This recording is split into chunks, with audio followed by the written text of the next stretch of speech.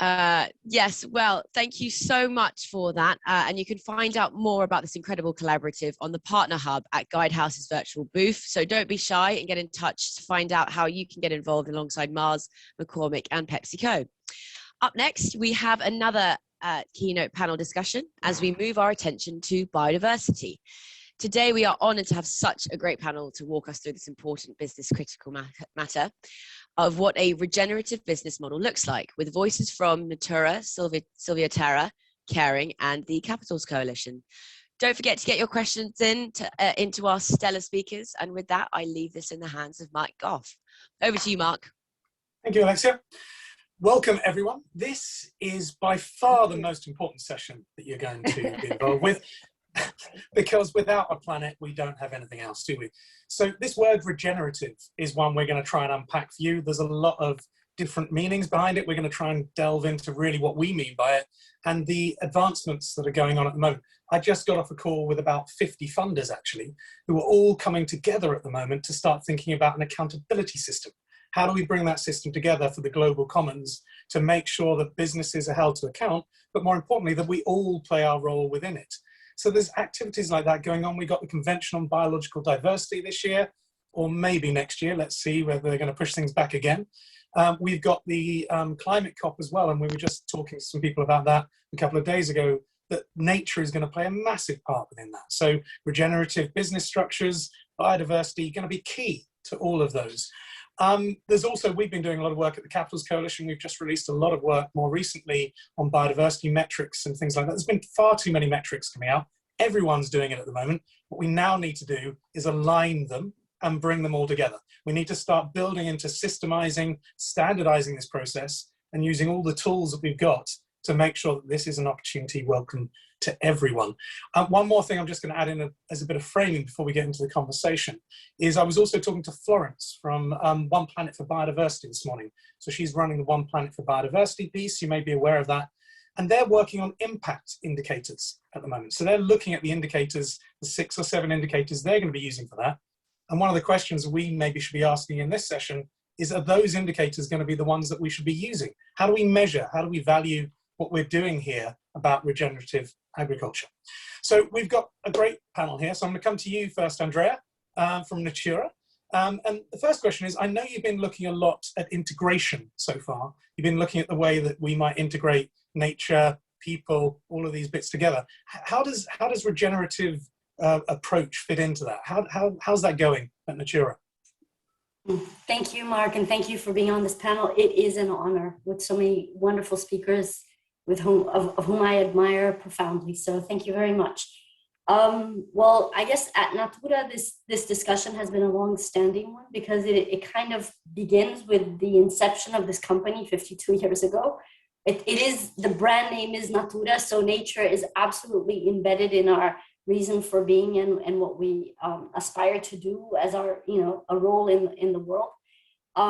So at the core of our essence is interdependency and the understanding that we are part of a greater whole, and therefore we need to be responsible for our actions and the impact we have in the ecosystems with which we interact. And more than 20 years ago, we went to the Amazon forests to look at that biome and see, okay, what can we do? What are the solutions that we can create here that could actually help develop economically and socially the region and its people, as well as protect the forest and keep it standing?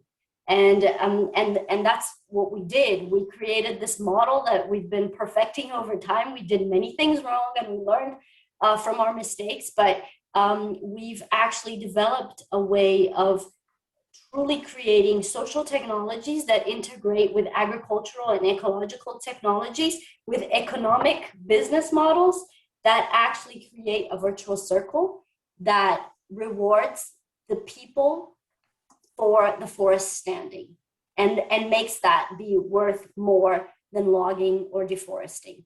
So at the end of the day, it's as simple as that, creating value that is greater for the forest standing than it is logged or deforested. And that's what we've been doing over time. And that's how we've built it into our strategy and our business, because we create, the products we sell from accessing that biodiversity, transforming it to interesting cosmetic products and then selling it across the world and through that process, protecting the forest. So it's about trying to get a direction, so the money flowing in the right direction to support the things that are actually the right things to be doing. Then it's about that, getting everything aiming towards regeneration. It is definitely about getting the capital flow there, but it's also about changing mindsets about what development is and what we should be pursuing, and looking at more than just one variable. So instead of just looking at the financial short-term return, you are actually looking at a more complex set of KPIs and indicators. So you look at the social impact, you look at the human development impact, and you look at the natural capital conservation impact. And then when you actually come up with something that works, that is good for all of these instances, not one of them, that's when you've got a solution that really is regenerative and it does break through. Excellent. And you're using those words capitals there, which obviously mean a lot to me. That natural capital, that stock of something that you invest in, get a flow back, the same as you might do with financial or social or human. Helen, you've been doing a lot of work around capitals over the years. I know you and I have been on lots of different committees and things. But the way that you've been looking at it at Kering, what's your experience? Because there's so many different ways that we could take this, isn't there? There is. Can I just take a step back? First, great to be with you. And I'm so glad that Alexia introduced this as a business critical matter and that you said it was one of the most important, if not the important panel. So I wanted to just talk a little bit for a moment about biodiversity, regenerative agriculture, regeneration and all this, because we throw these terms around. And I think we need to, I'm going to put my nerdy scientist hat on. I work at Kering and I'm in the sustainability department there. But before that, I was a wildlife biologist and scientist. So I'm going to put that hat on for a minute and say, look, let's be really clear. Nature is absolutely essential to business success. We know that. We came out last year with all the documents and all the reports that said living nature, biodiversity, so natural capital is non-living and living, but living nature, biodiversity is essential to us succeeding as a society and our businesses. We depend on it, the air we breathe, and we know that. So that's really important. And within that, the way that we help support nature and protect nature and restore nature is actually using nature. And this is the thing that we sort of got to get around, is that because regeneration is actually a principle, it's a way, one of the ways nature operates. You can harness regeneration and it can just start repairing itself. So it's like a body healing itself. Nature can do that too. So when we talk about the value of nature and natural capital, that's one thing. But when we talk about regeneration, we talk about a process of giving back to nature, of harnessing natural processes. So harnessing the soil, the natural microbes in the soil to create a regenerative agricultural process. So this whole thing, it's about focusing on nature and using natural processes to repair and restore nature, and by that have climate and so on. And I think we need to just keep that in mind because it's super exciting and super compelling. And we can talk about numbers and data and natural capital accounting, and we'll get to that. And I know I've gone over my time, but I just want you to think about how powerful that is. 3.8 billion years of evolution has a lot of power and a lot of solutions in it. And that's what we're talking about when we're talking about regeneration, regenerative agriculture, using nature to restore and protect nature so that we can continue to depend on it. I'll get back to natural capital accounting next time around because I know that I got over my intro time, unless you want me to follow on now. Yeah, but can I build on Helen just very quickly? Please. Yeah, because I loved her intervention. She's absolutely right. It is not about not interacting with nature. It is about intelligently interacting with nature in a way that we conserve it for future generations, in a way that it withstands time. But it's not about not interacting with nature. So I just loved how she intervened and said, one thing is the stock of capital, the other one is how you regenerate and work with that concept as a process. So just wanted to build. Really important. And we do get, I mean, all of these words are thrown around all the time, aren't they? Biodiversity, nature, regeneration. And in fact, we've got to be clear about what we mean, because we sometimes use a different word to mean something similar within our group, within others. So defining that is really key to this. Part of that definition is obviously, Zack, a lot of the work that you've been doing is actually starting to map some of this to be able to digitalize it, connect it all up. So why is that so important here? I think for really the reasons that Andrea and Helen raised right there in the beginning, and I think clarified extremely well. All of these products that we consume at their start are either grown or mined, and that's fine. Like that's we consume. That's what we do, and we're going to persist with that.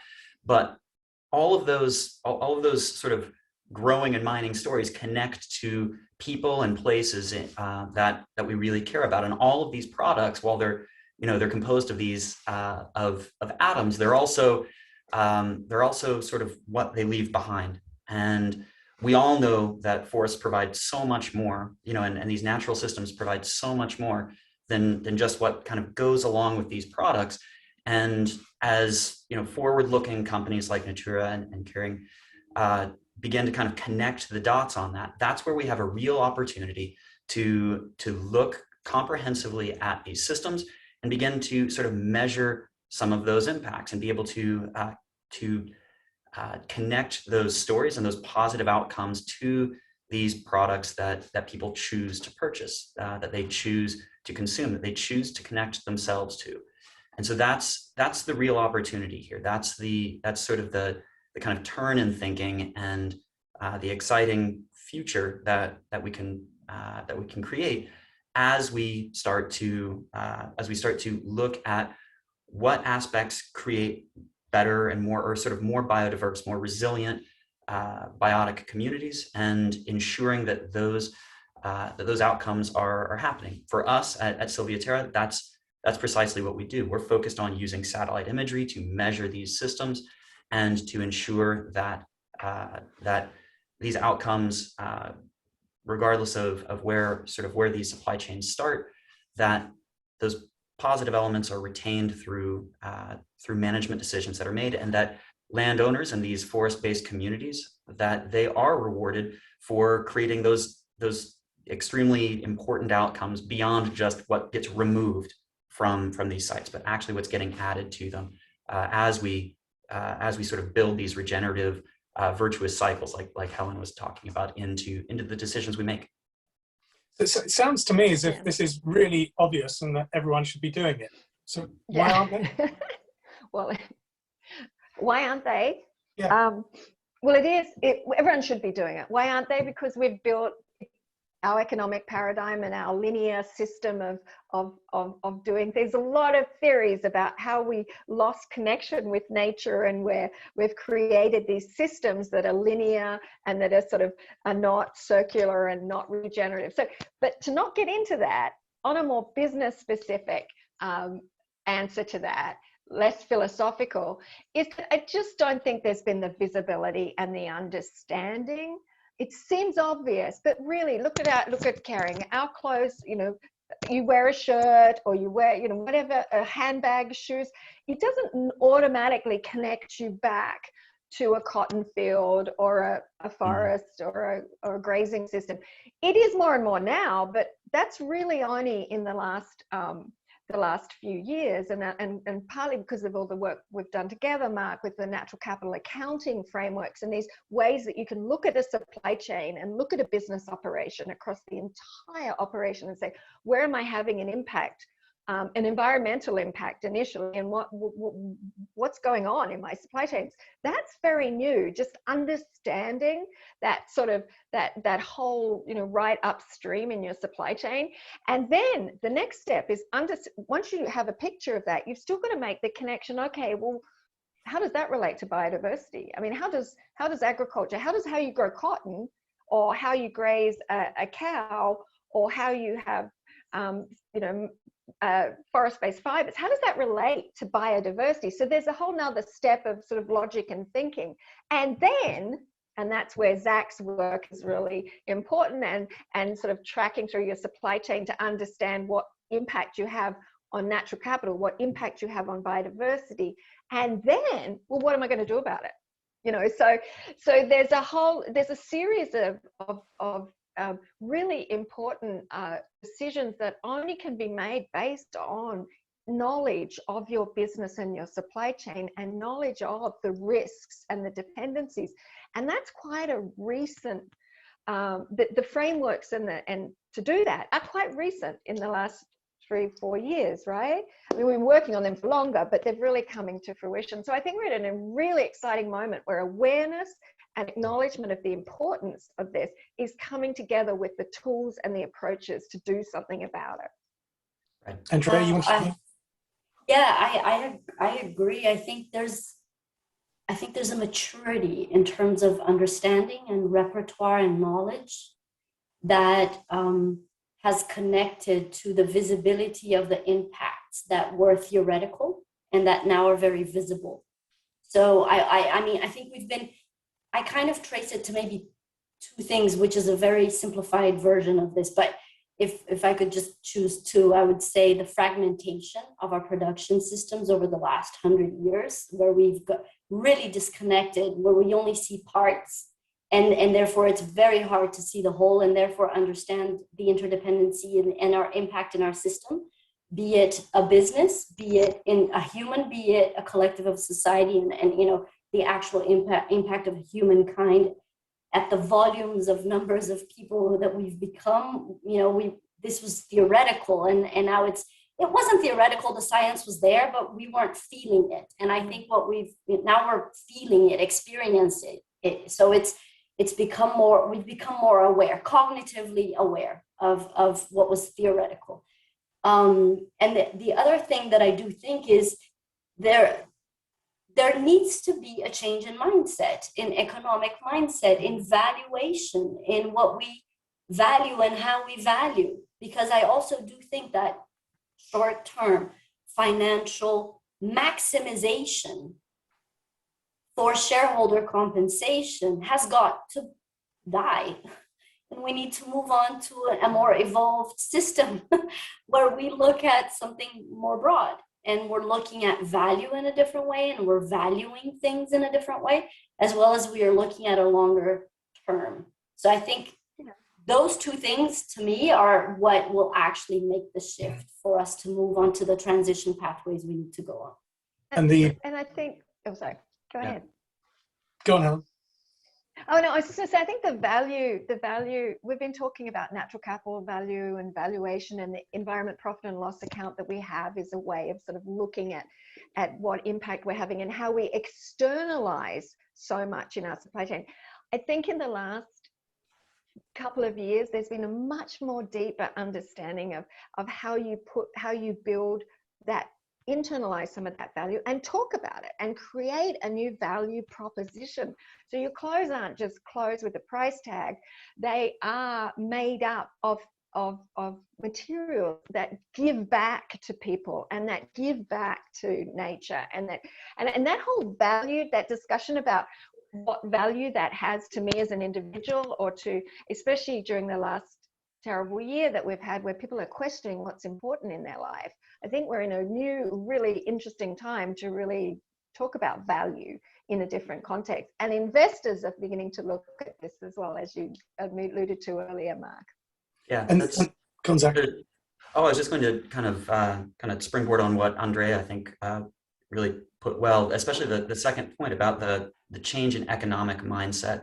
But instead, perhaps, of kind of that maximization function dying, really perhaps that what we're seeing is more of an evolution. And to Helen's point, that we're beginning to internalize those benefits and those values that in the past had been external, that had sort of, that weren't coupled to the clothing item by the time it hit the rack and had a price tag on it. And now, by explicitly measuring those benefits and creating a sort of putting them on the same economic footing as the raw materials that are taken from those places, that maximization function that used to just value the physical thing leaving the land, leaving these communities, can also now be sort of the giant lever that society can have to build that virtuous cycle in, to put those values together with those clothing items, with, with these products that we're consuming, and to connect consumers to the positive stories and to the landscapes that they're affecting through the choices that they're making. And I think that's, pairing that with Andrea's first point about just the general change in mindset, that consumers care about this, and a recognition of that, and sort of this, now that we have these tools, now that we have this mindset, I'm really optimistic about sort of where this decade can take us, and where it can take forward-looking companies like those here on the panel today.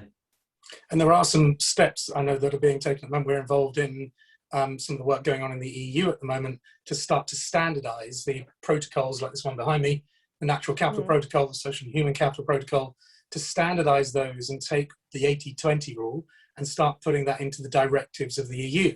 When that starts happening, that starts changing the accounting rules that all businesses use. So we're getting to the point where we've proven the case. Now we start standardizing, we're moving from that you could do it into you should, into you must do it now. And they can see that over the next few years, we're going to be very much with directives and regulations, seeing many more of them requiring companies to be doing this going forward. We're starting to get some questions coming in. Please do start adding some more. Andrea, I've got a couple for you already in here. So one of the ones here is about that people want to know more about your program. So we'll make sure people, but maybe you can just quickly tell us a little bit more about that. There's also a couple of questions about you're using the triple bottom line. Sounds like you're applying that. So how's that working? And there's lots of other companies obviously doing that. So maybe we can talk a bit about that. And also, how do you engage with your government was the third question there that's come through. So how are you engaging with the Brazilian government or with others? I mean, that's a big question, isn't it? Business for Nature already has brought together lots of businesses to have a voice in those conversations. But it's difficult in different jurisdictions. You have different governments, different leaders for certain periods of time that will change the direction. So there's a couple of questions there that have just come through. Maybe you can respond to a couple of those and then we'll open it up again.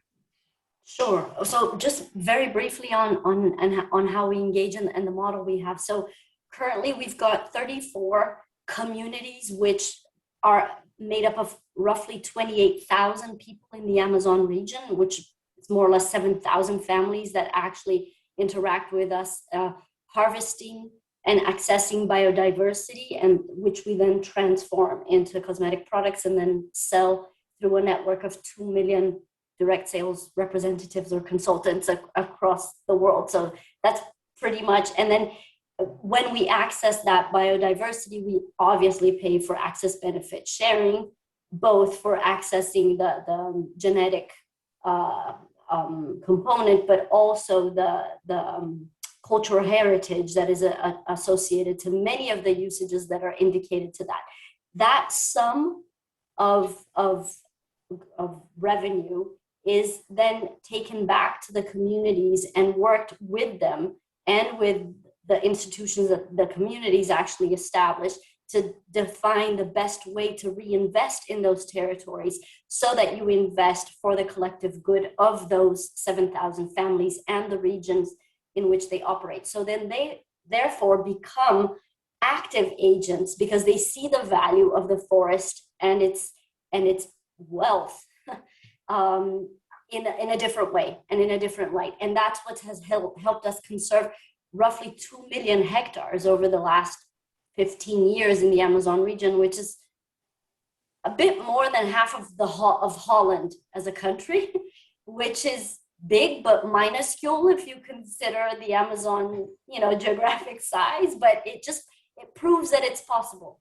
When you see the deforestation rate in the territories where we act, it's nearly 1/5 to 1/10 of the deforestation in the surrounding areas. So we've actually come up with something that really works. And we measure this through not only the deforestation reduction, but also through what we call the social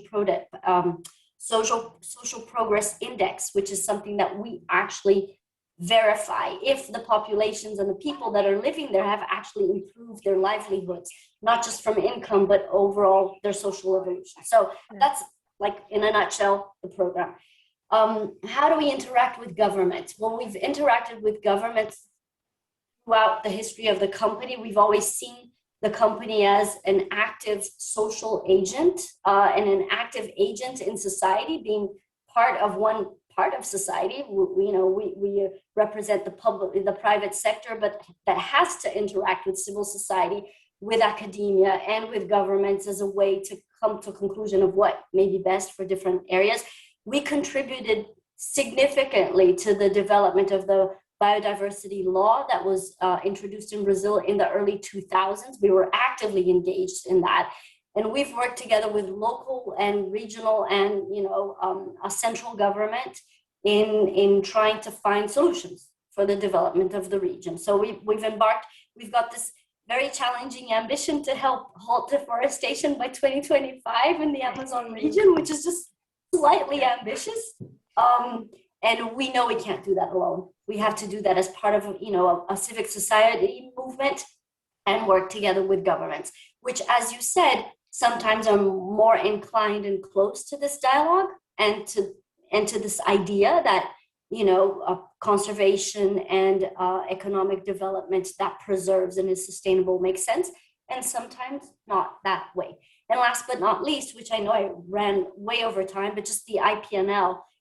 We were very inspired by Kering in the beginning of the decade with their EPNL, and we followed their footsteps. So let's just stop a minute. So EPNL, environmental profit and loss. So environmental profit and loss, yes. So we were inspired by Kering, and we, followed through with the same PwC that actually worked with their model. We followed their footsteps, and we developed our own environmental profit and loss, and we launched it in 2014.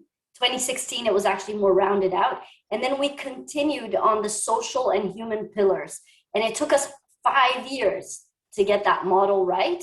But this year, in a couple of days, we will be launching our integrated P&L, where we're finally come to a model where we look at environmental, social, and human impact. And I have to tell you, I almost cried when I look at that spreadsheet, because I'm like, this is stakeholder capitalism, brought to life, because you actually make different decisions when you look at that profit and loss, looking through more variables than just financials. So yes, we have been looking at TBL.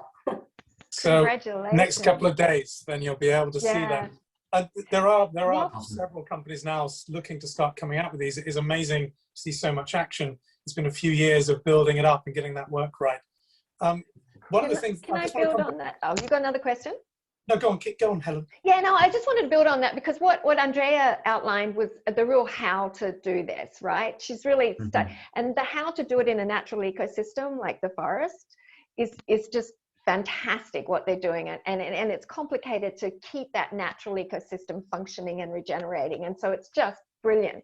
But all the things that she mentioned about working with the people on the ground, about creating the right incentives, about valuing that, about giving back to them, about engaging with them, is what we do in the agricultural context as well. I mean, and in the working, you can call them the working lands, or, I mean, that's this, it's not like these approaches are radically different.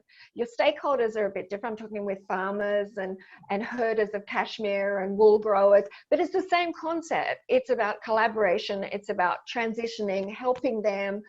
And how do we support these transitions to regenerative systems? How do they become, because they're the most, whether it's indigenous people or farmers, they're the ones that are closest to the land.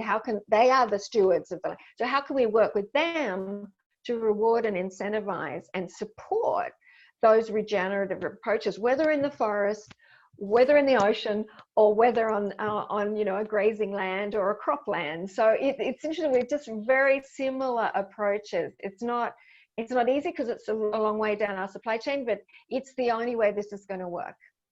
Absolutely. And it's the value to who, isn't it? Again, it's about who's got the value here. You've got to involve them in the process of what you're doing. Zack? Oh, I was just going to say, no, like it's inspiring and pioneering work. And Andrea, congratulations.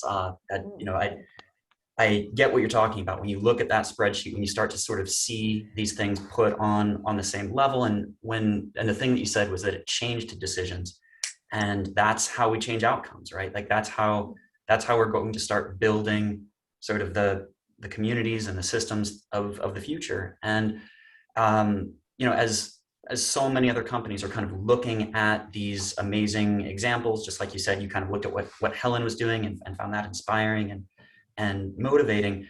It's about making it easier for the next, sort of the next company to move down this path and to do it in a scalable way. So, a lot of these supply chains touch so many communities, so many countries, and so many different natural systems, from agriculture to forest to oceans, rivers. And so it's about being able to do this now meaningfully at scale and recognize that this is pioneering work and that it is evolving rapidly and that there's a lot of innovation here. And that when we tie this back to our KPIs, when we finally get it down to the bottom of the ledger, we need those measurements to be trustworthy and true when they translate all the way back to the customer, when they purchase that clothing item, when they, that they know that it came from something objective and trustworthy and clear, and that it's a story that they can understand. And that's, that's one of the grand challenges, I think, of this generation. And it's something that we've been really focused on. And one of the reasons I find these stories from, both Helen and Andrea so inspiring is that you all have laid the groundwork for how this can be done. And, for us, it's about looking at those excellent examples and trying to sort of move the quantification even further to where it's easier and lower cost for everyone to follow these examples. Yeah, science matters. This is complicated stuff. Nature is naturally so it matters. It always has, but it really matters when we're trying to measure and track.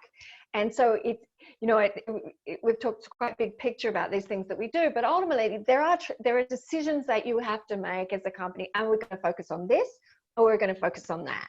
We can't do every single supply chain in every single country. We've just launched a fund to over 17 countries and 4 supply chains to try and figure out how we can do regenerative agriculture and scale it. But there's a lot more out there that we need to do. So we need the science, we need the data in real time to say, this is the most important place to be working now, to have the benefits, the natural for nature, for climate. This is something we can do a little later. I know everything seems urgent, but science really matters, and it's complicated.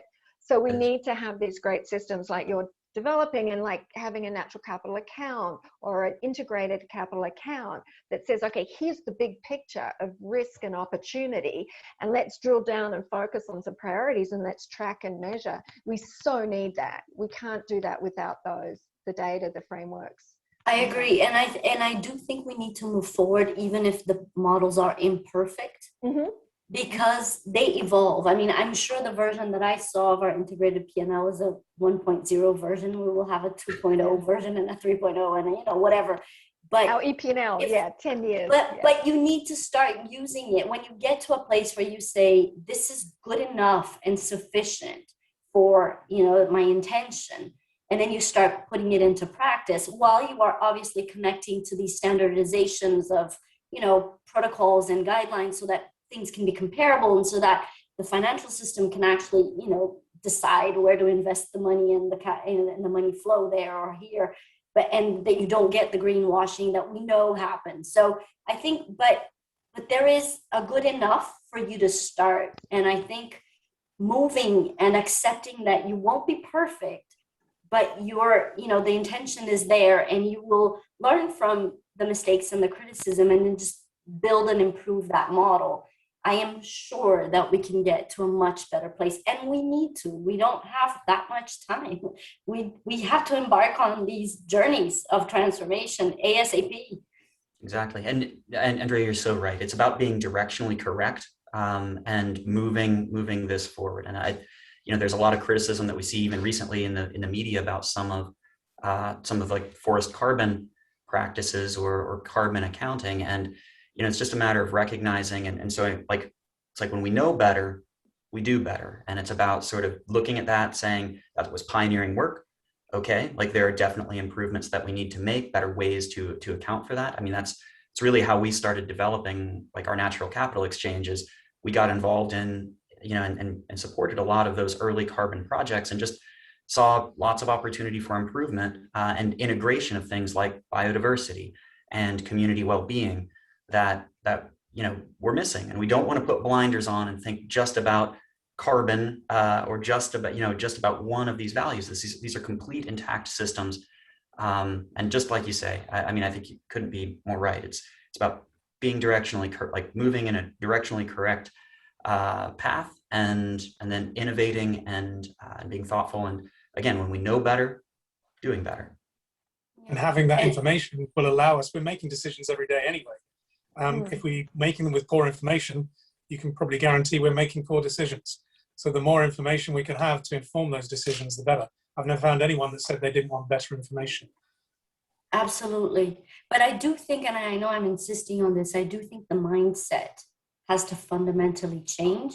When I said I thought maximization of short-term financial returns had to die, it's just that component that has to die. We can actually maybe think of maximizing system value, but it has to be system value, not one variable value.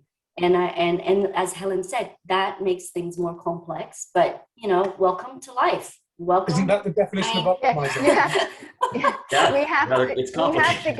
We have to get comfortable with complexity to a certain level, because that's what nature and systems are. But I think what we've talked about is the natural capital accounting, the EP&Ls, the IPLs, all that creates a map of a system, if you like, for a business system, right? It creates a map.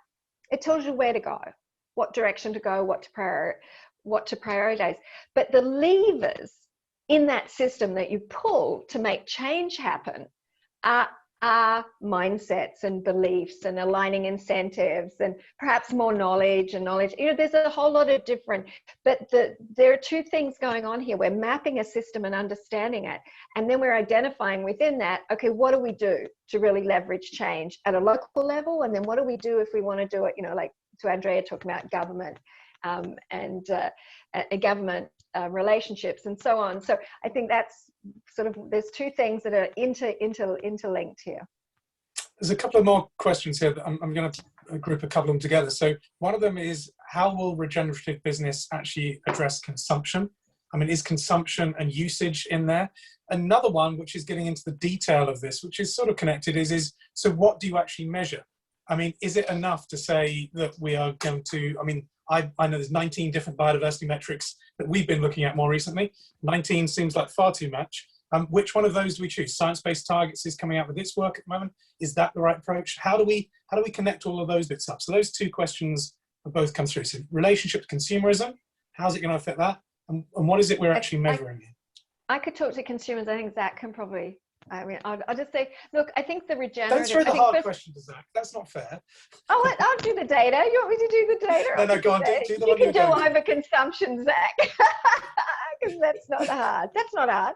So I think the point of so a regenerative company is a different thing to a regenerative system. Okay, we're still defining what a regenerative company looks like. It's going to be something like a Natura or a Kering, or we've still got ways to go on that. But and there's a lot of work on that. So let's just put regenerative company. But regenerative approaches like regenerative agriculture and so on are definitely things we're all exploring, and we'll sort of put those together to become a more regenerative company. But let's just say, if you imagine that people start understanding through the way the company is talking about its products and its supply chains and its materials, like Natura, like Kering, if people start realizing the value proposition in what they're buying, and it's across the board in other companies, when they start realizing that, they start having a different relationship with that product too, and how they buy it and how they use it.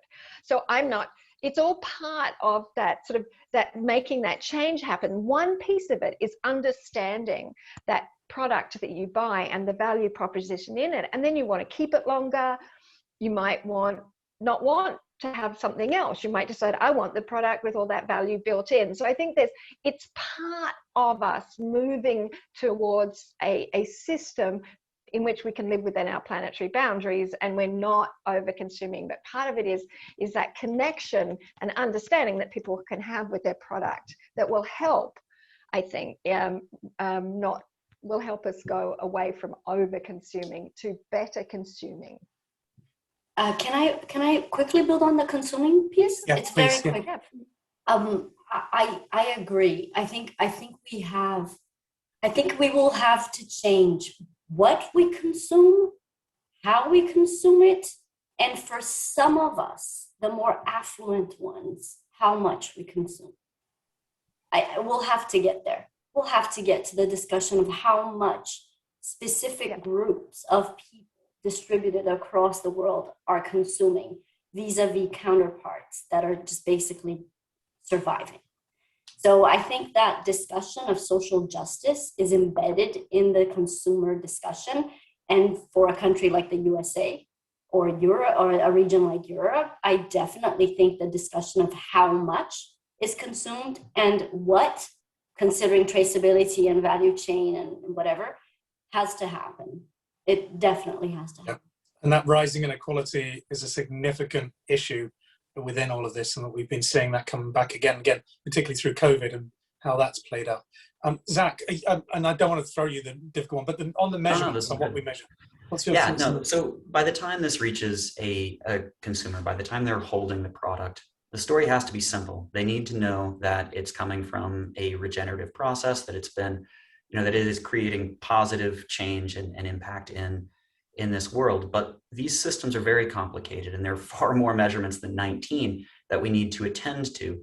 But having the measurements on a hectare by hectare, acre by acre basis that addresses sort of the full suite of structure and composition of forests that contributes to diverse biotic communities, to intact forest-based, social communities. That's what we're focused on with the natural capital exchange, and beginning to form derivatives from those that do come up and address these sort of higher level metrics of biodiversity and social, sort of social and community, intact strength. And so, it is an evolving field, but it's important to get the science right. Just like Helen said, we've got to get the math right and the science right. That's sort of where we're focused, but we have to also bring it up to stories that people can connect with easily and understand. That's the challenge. Excellent. So change the math, change the conversation, change the rules in order to change the system. Sounds like we've got it all sorted. So just one final thing then from all of you. What is the lever that we could move now to actually make a change? So Andrea, what is it that you would like to see happen now, this week? What's going to happen now that's going to help us to change things? Oh, good Lord. Okay. Consciousness, awareness. Awareness. So we're going to, everyone becomes aware today. That's going to be brilliant. Helen, what about you? What is the lever that we could change? I think everyone needs to do their mapping.